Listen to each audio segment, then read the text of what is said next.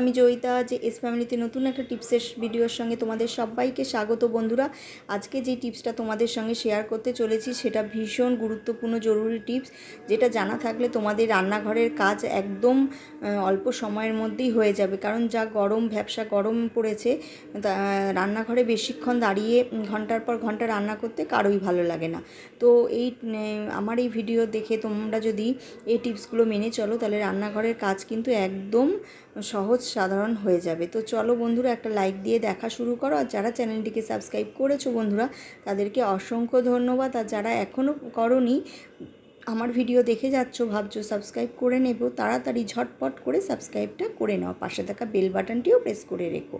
তো বন্ধুরা দেখো, আমি ঢ্যাঁড়স নিয়ে নিয়েছি। তো ঢ্যাঁড়স তো আমরা কম বেশি সবাই খেতে পছন্দ করি। ঢ্যাঁড়স দিয়ে বিভিন্ন বিভিন্ন রেসিপি হয়, খুব দারুণ সুস্বাদু। তো এই ঢ্যাঁড়স কাটা কিন্তু ভীষণ মুশকিলের কাজ, একদম স্লিপ হয়ে যায়, বটি দাও পিচ্ছিল্য হয়ে যায়। তো দেখো, এই ঢ্যাঁড়সগুলোকে একসঙ্গে খুব চটজলদি তাড়াতাড়ি কিভাবে আমরা কেটে নেব। প্রথমে একটা গার্ডার দিয়ে ঢ্যাঁড়সটাকে একসঙ্গে জড়ো করে গার্ডার দিয়ে নিয়েছি। তারপরে দেখো এরকম এই যে চাকুর সাহায্যে ঢ্যাঁড়সটাকে কেটে নেব, কিংবা তোমরা যদি বটি দায়ের সাহায্যে কাটতে চাও সেখানেও কাটতে পারো। তো এরকম করে বন্ধুরা তোমরা কিন্তু একসঙ্গে অনেকগুলো ঢ্যাঁড়স কিন্তু কেটে নিতে পারো খুবই কম সময়ের মধ্যে। আর তোমরা একটা একটা করে ঢ্যাঁড়স কাটলে কিন্তু অনেকটাই সময় চলে যাবে। তাহলে হলো না কি বন্ধুরা, খুব কম সময়ে তাড়াতাড়ি করে কাটাকাটি হয়ে গেল। আর কাটা থাকলে দেখবে রান্নার কাজটাও কিন্তু চটজলদি হয়ে যায় বন্ধুরা।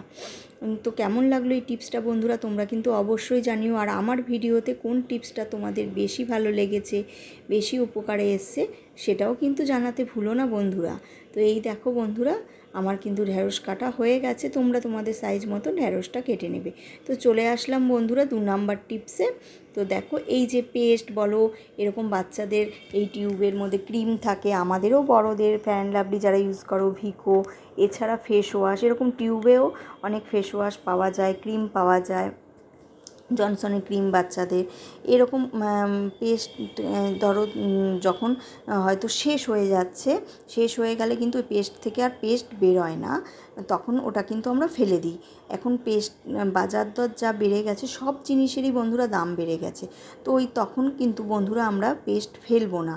এরকমভাবে যদি একটু নিচ থেকে ওপর পর্যন্ত একটু এই বেলনির সাহায্যে কিন্তু যদি বেলে নিতে পারি, পেস্ট নিচে রেখে বেলনিটা দিয়ে যদি পেস্টের সঙ্গে এই যে প্রেসার দিয়ে এরকম বেলি, তাহলে কিন্তু অনেকটা পেস্ট কিন্তু নিচ থেকে ওপরে উঠে যাবে। আর তাতে করে আমরা বেশ কয়েকটা দিন কিন্তু ওই ফেলে যাওয়া পেস্টটার থেকে আরও 2-3টে দিন কিন্তু চালিয়ে নিতে পারবো অনায়াসেই।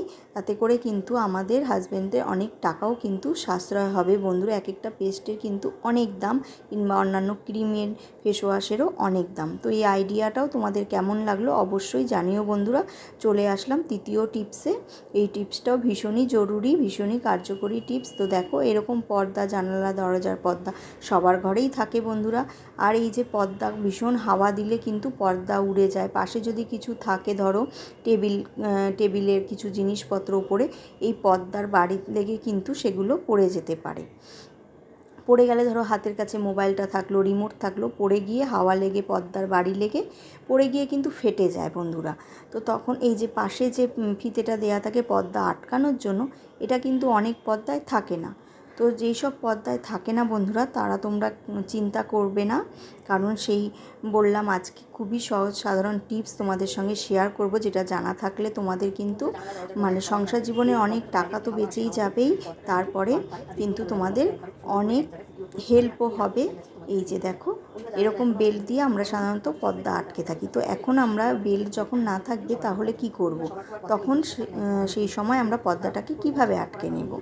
তো এই যেরকম আমরা শাড়ির কুচি ধরি, সেরকমভাবে প্লেটগুলোকে একসঙ্গে এক জায়গায় নেব। আর বন্ধুরা, এই যে হাতে আমরা চুড়ি পরি, তো এরকম চুড়ি সবার ঘরেই থাকে, যেটা ইউজ করি না, ছোট হয়ে গেছে, পুরনো হয়ে গেছে, সেই চুড়িকে না ফেলে দিয়ে এই যে দেখো, পর্দাটাকে একসঙ্গে করে গুছ করে নিয়ে শাড়ির কুচি ধরার মতো, এরপরে এই যে এই চুড়িটাকে ঢুকিয়ে দেব।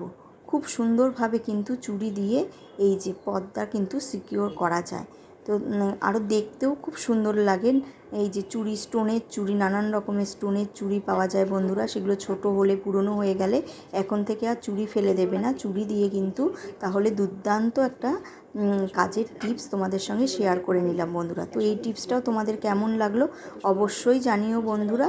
ভালো লাগলে একটা লাইক করে দিও, আর খুব ভালো লাগলে তোমাদের বন্ধু প্রিয়জন সবার মাঝখানে শেয়ার করে দিও, কারণ তাদেরও জানা থাকলে তাদেরও উপকারেই লাগবে বন্ধুরা। তো চলে যাব বন্ধুরা পরবর্তী আরেকখানা টিপসে, কেউ স্কিপ করে দেখো না।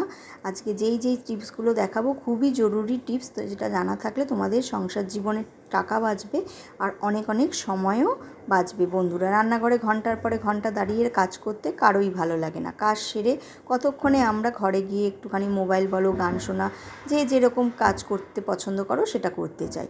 তো এই যে রসুন ছাড়াতে কিন্তু বন্ধুরা আমরা কেউই খুব একটা বেশি পছন্দ করি না। তাড়াহুড়োর সময় তো রসুন ভালোই লাগে না, ঘন্টার পরে ঘন্টা ছাড়ানো খুব একটা বোরিং কাজ লাগে। তো আমরা যখন মাছের কালিয়া কিংবা মাংস খাই তখন তো রসুন অনেক ছাড়াতে লাগে। তো এরকম কোয়া ছাড়িয়ে জলের মধ্যে যখন জানছি যে আমরা কি আইটেম করব, সেটা তো আমরা আগের দিনই জেনে রাখি যে এই রান্নাগুলো আজকে করব, এই রান্নাতে এই লাগবে। তো যেই রান্নাতে রসুন লাগবে সেটা তো আগে থেকেই জেনে থাকি। সকালবেলা উঠেই কোয়া ছাড়িয়ে রসুনটাকে বেশ কিছুক্ষণ মানে আধ ঘন্টা যাবত একটু ভিজিয়ে রাখবো। তো দেখো বন্ধুরা, আধ ঘন্টা পরে আবার তোমাদের কাছে ফিরে এসেছি, দেখাচ্ছি খুব সহজেই কিন্তু একদম অল্প সময়ের মধ্যে রসুন থেকে রসুনের কোয়া কিন্তু ছাড়ানো হয়ে যাবে। কোনো রকমের মানে বিরক্তিকর ব্যাপার আর লাগবেই না বন্ধুরা, কারণ রসুন ছাড়াতে গেলে কিন্তু আমাদের সত্যি বিরক্তি লাগে।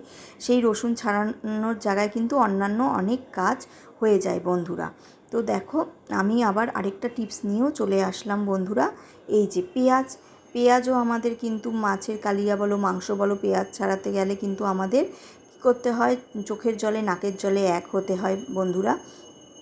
তো এই পেঁয়াজও আমরা কীভাবে ছাড়িয়ে নেব যাতে করে পেঁয়াজের কোনো ঝাঁঝালো গন্ধ থাকবে না, কারণ ঝাঁঝালো ওই গন্ধ পেঁয়াজের যখন খোসা ছাড়াই তখনই কিন্তু ঝাঁঝালো গন্ধে আমাদের কিন্তু চোখ থেকে জল বের হয় বন্ধুরা। তারপরে যখন বটি দায়ে কাটতে যাই তখন কিন্তু হাত কেটে যাওয়ার, বড় রকমের দুর্ঘটনা ঘটে যাওয়ারও ভয় থাকে। ওই ঝাঁঝে কিন্তু আমাদের চোখ থেকে যখন জল বেরোয় আমরা কিন্তু তখন কিছুই চোখে ঠিকমতো দেখতে পাই না বন্ধুরা।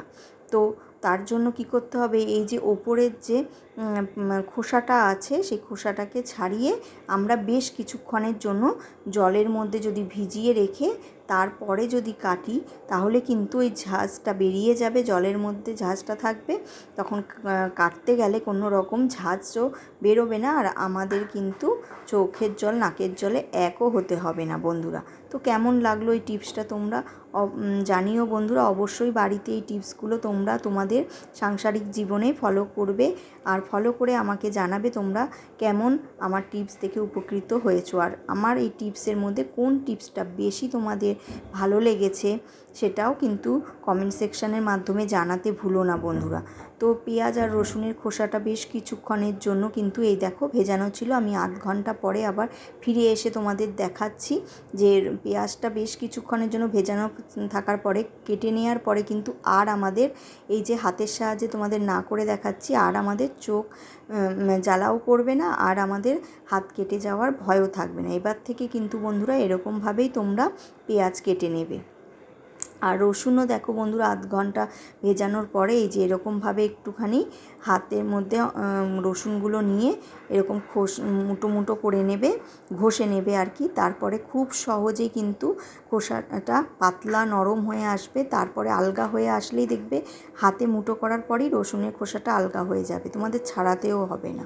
তো বন্ধুরা এই টিপসগুলো তোমাদের উপকৃত হলে তোমরা অবশ্যই জানিও, আর তোমাদের বন্ধু প্রিয়জন সবার মাঝখানে শেয়ার করো, তাদেরও উপকারে আসবে। তো আজকের টিপসের এই ভিডিও দেখাতে এখানেই এন্ড করব বন্ধুরা। আবার দেখা হচ্ছে একটা আগামী ভিডিওর সঙ্গে। তোমরা সবাই ভালো থেকো, সুস্থ থেকো, দেখার জন্য অনেক ধন্যবাদ।